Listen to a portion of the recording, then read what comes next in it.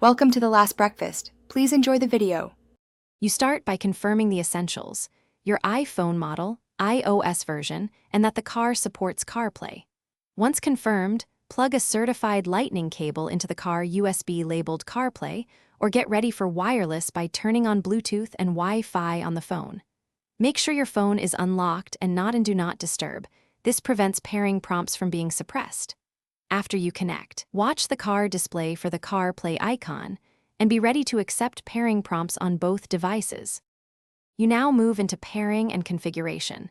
Choose your iPhone from the car's Bluetooth list or tap the CarPlay icon on the infotainment screen.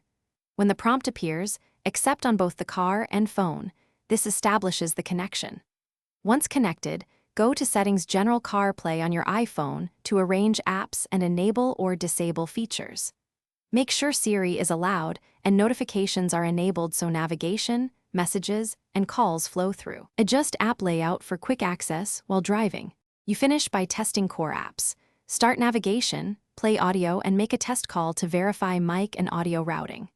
If things fail, don't panic. First, reboot your iPhone and try a different USB port or an Apple certified cable. Many failures are cabling or port related. If wireless, toggle Bluetooth and Wi-Fi or remove the car from the iPhone CarPlay list and re-add it.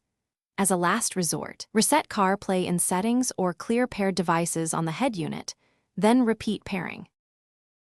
Thanks for watching. If this was helpful, leave a like and consider subscribing. See you next time.